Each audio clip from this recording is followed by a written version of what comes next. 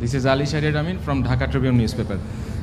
শাকিব ভাই, রিশাদ হোসেনের যে ইম্প্যাক্টটা আমাদের দলে, আসলে বাংলাদেশ তো বেশ অনেক দিন ধরেই একটা লেগ স্পিনার খুঁজছিল।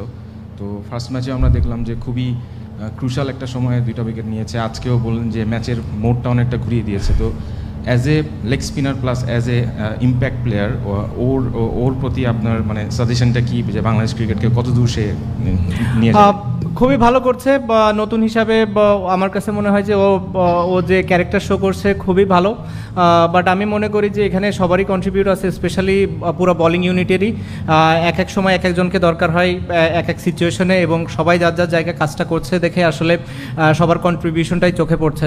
মুস্তাফিজ যেভাবে বল করছে, তাসকিন নতুন বলে, সাকিব নতুন বলে যেভাবে বোলিং করছে, তো স্বাভাবিকভাবে এই কন্ট্রিবিউশনগুলোও দরকার হয় আরেকটা বলারকে খুব ভালো বল করার জন্য। আমার মনে হয় সেই কাজটা আমাদের বোলিং ইউনিটটা করতে পারছে। সাকিব, মহিউদ্দিন পলাশ, খবরের কাগজ পত্রিকা। আজকে আমরা থার্ড ম্যাচ খেললাম, ডালাসে 124 রান করেও আমরা খুব টাইট পজিশনে ম্যাচ জিতেছি। নিউ ইয়র্কে 117 রান করে ম্যাচ জিততে পারিনি। তো আমার প্রশ্নটা হচ্ছে যে আসলে T20 ওয়ার্ল্ড কাপের মতো একটা ইভেন্টে এইরকম উইকেটটা আসলে কতটুকু আদর্শ হতে পারে? এটা তো আইসিসিকে প্রশ্ন করবেন আপনি। শাকিব ভাই, এই ম্যাচটার আগে আমি রানা আব্বাস, আজকের পত্রিকা থেকে।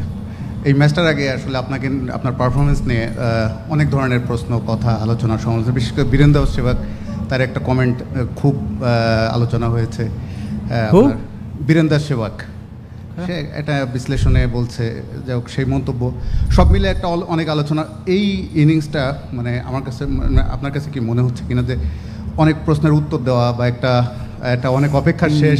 একটা প্লেয়ার কখনো কোনো প্রশ্নের উত্তর দিতে আসে না। প্লেয়ারের কাজ হচ্ছে সে যদি ব্যাটসম্যান হয় ব্যাটিং করা, দলের জন্য কন্ট্রিবিউট করা। সে যদি বলার হয় তার কাজ হচ্ছে ভালো বোলিং করা, উইকেটটা লাখের ব্যাপার থাকে। তাই সে যদি ফিল্ডার হয়, যখন সে ফিল্ডিং করে তার কাজ হচ্ছে প্রতিটা রান সেভ করা, যতগুলো ক্যাচ তার কাছে যায় ততগুলো ধরা। এখানে আসলে উত্তর দেওয়ার কিছু নাই কাউকে। আমি মনে করি যে ইম্পর্ট্যান্ট একটা প্লেয়ারের, কারেন্ট প্লেয়ারের স্পেশালি, যে তার দলের হয়ে সে কতটা কৃতিত্ব রাখতে পারে। সেটা যখন রাখতে পারে না, স্বাভাবিকভাবেই কথা হবে, এবং আমি মনে করি যে সেটা খুব বেশি একটা খারাপ কিছু না। আরেকটা জিনিস বলছিলাম যে আপনার অনেকগুলো অপেক্ষার শেষ হলো, যেমন 50-র দিকে যদি বলি, পরিসংখ্যানের দিকে তাকিয়ে আপনি 8 বছর পরে আপনার T20 ওয়ার্ল্ড কাপে আপনি 50 পেলেন। 2021 সালের T20 ওয়ার্ল্ড কাপের পরে man of the match award পেলেন। মানে নিজেকে এই বিশ্বকাপের T20 ওয়ার্ল্ড কাপের মতো মঞ্চে এই ফিরে পাওয়াটা এটা কতটা আনন্দ বা আত্মবিশ্বাস? দলের জন্য কন্ট্রিবিউট করতে পারলে তো সবসময় ভালো লাগে। ইম্পর্টেন্ট ছিল যে 4 জনের থেকে, উপরে 4 জনের থেকে কেউ একজন বড় স্কোর করে কিংবা বেশি সময় ব্যাটিং করে, 15-17 ওভার, যেটা আজকে আমার দিন ছিল। হোপফুলি আলহামদুলিল্লাহ যে ওই কারণে আমি করতে পেরেছি। মেবি নেক্সট টাইম অন্য কারো আসবে, তার করতে হবে। এবং এভাবে আসলে T20 ম্যাচ যায়। আসলে T20 ম্যাচ ওরকম খুব বেশি একটা কেউ পারফরমেন্স ওরিয়েন্টেড চিন্তা করে বলে আমার কাছে মনে হয় না। কন্ট্রিবিউট কে কতটা করতে পারলো এটা আসলে ইম্পর্টেন্ট। সাকিব ভাই, আমি ইশতিয়াক পারভেজ, দৈনিক মানবজমিন। সাকিব ভাই, আপনার এই 2022-এর পরে 50 ব্যাটে একটা 50 এবং দলের একটা ভালো স্কোর, এটা একটু স্বস্তি কিনা নিজের জন্য এবং দলের জন্য? ব্যাটিংটা ভালো এলো। আর একটা প্রশ্ন হচ্ছে যে আমাদের নেক্সট ম্যাচ নেপাল, একটা ঈদের দিনে ম্যাচটা পড়ছে, ওই ম্যাচটা জিতে সবাইকে ঈদের আনন্দ দিতে চান কিনা? অবশ্যই ইম্পর্টেন্ট ম্যাচ আমাদের জন্য নেপালের সাথে, বা জিততে পারলে আমরা সেকেন্ড রাউন্ডে যাব, আমাদের জন্য অনেক বড় একটা অ্যাচিভমেন্ট হবে। সো স্বাভাবিকভাবে আমরা মুখিয়ে আছি সামনের ম্যাচের জন্য। ঈদের দিন, সো আমাদের একটা মুসলমান যারা আছি আমরা, তাদের জন্য একটা আনন্দের দিন। স্পেশালি বাংলাদেশে সবাই সেলিব্রেট করে, সেটা অন্য ধর্মের মানুষরাও আসলে ঈদের দিন সেলিব্রেট করে। তো আশা করব যে এরকম ঈদের একটা দিনে আমরা তাদের মুখে আরও বেশি হাসি ফোটাতে পারবো। প্রথম প্রশ্ন কী ছিল? মানে আপনার নিজের 50 পাওয়া এবং দলের একটা ভালো স্কোর। নিজেরটা নিয়ে আমি আসলে কখনোই অরিড ছিলাম না আমার ক্যারিয়ারে। আমি মনে করি না যে আমি কখনোই এই চিন্তা করেছি। দলের জন্য যদি কন্ট্রিবিউট করতে পারি সেটা ভালো লাগে। যেটা বললাম যে আজকে হয়তো আমার দিন ছিল, সামনের ম্যাচে হয়তো অন্য কারো দিন আসবে। ধন্যবাদ।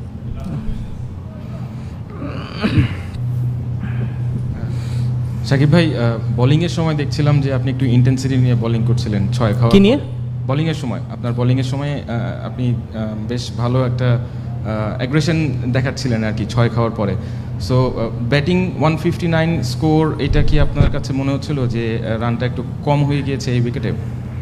না, চ্যালেঞ্জিং টোটাল ছিল।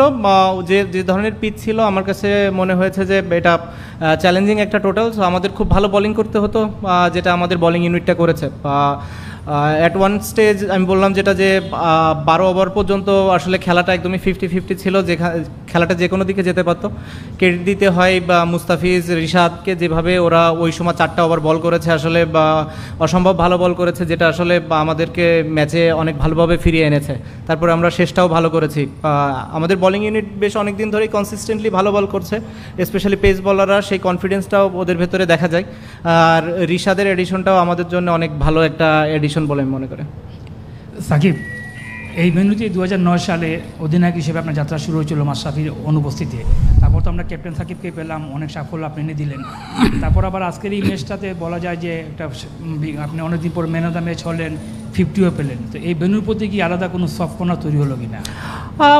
ওরকম না, ওভারঅল ওয়েস্ট ইন্ডিজই আমার জন্য সবসময় ভালো কিছু নিয়ে এসেছে। ওভারঅল আমি যদি আমার ক্যারিয়ার জুড়ে দেখি, ওয়েস্ট ইন্ডিজে আমার অনেক ভালো ভালো স্মৃতি আছে। সো স্বাভাবিকভাবে ওই একটা কনফিডেন্স আমার ভেতরে কাজ করছিল যে এই একটা জায়গা যেখানে আমার ভালো করার সম্ভাবনা অনেক বেশি।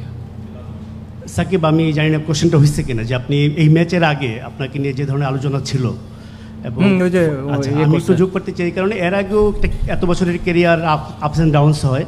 তো আপনার বয়স, অন্যদিকে ব্যস্ততা, নানা কিছু মিলিয়ে সাকিব শেষ এরকম একটা রব উঠে গেছিল। তো আপনাকে যতটুকু চিনি আমি, ওইটা একটা এক্সট্রা মোটিভেশনের কাজ করার কথা। এটা কি আসলেই করেছে নাকি প্রথম 2 ম্যাচের পারফরমেন্স? না, আলহামদুলিল্লাহ, আল্লাহ আমার প্রতি সবসময় অনেক কাইন্ড। এরকম সিচুয়েশন যখনই আসে আল্লাহ ভালো কিছু দিয়ে দেয়। সো আলহামদুলিল্লাহ যে ভালো কিছু করতে পেরেছি। ইম্পর্টেন্ট ছিল আমাদের 2টা পয়েন্ট পাওয়া, যেটা আমরা পেয়েছি। যদি আমাদের এই 3 ম্যাচে কেউ আগে দেশ থেকে আসার আগে চিন্তা করতো যে 3 ম্যাচে 4 পয়েন্ট আমাদের থাকবে, আমার মনে হয় যে সবাই আমরা সেটা খুশি মনে নিতাম। কীভাবে জিতেছি আমার কাছে ওটা অত ইম্পর্টেন্ট মনে হয় না। ওয়ার্ল্ড কাপের মতো স্টেজে আপনি 2টা পয়েন্ট পেয়েছেন, আপনি ম্যাচটা জিতেছেন, এটাই সবথেকে বড় ইম্পর্টেন্ট বিষয়। পার্সোনাল, আমি আমার লাইফে কখনোই আমার কাছে মনে হয় না যে আমি পার্সোনাল গোলের জন্য চিন্তা করেছি। কখনোই সবসময় চিন্তা ছিল যে টিমের জন্য কিভাবে কন্ট্রিবিউট করতে পারি। পার্সোনাল অ্যাচিভমেন্টের জন্য যদি খেলতাম হয়তো অন্যভাবে ব্যাটিং করতাম। দলের প্রয়োজনে যেভাবে ব্যাটিং করা দরকার ছিল আমার মনে হয় সেটা আমি করতে পেরেছি, এবং এটাই স্যাটিসফাইং আমার জন্য।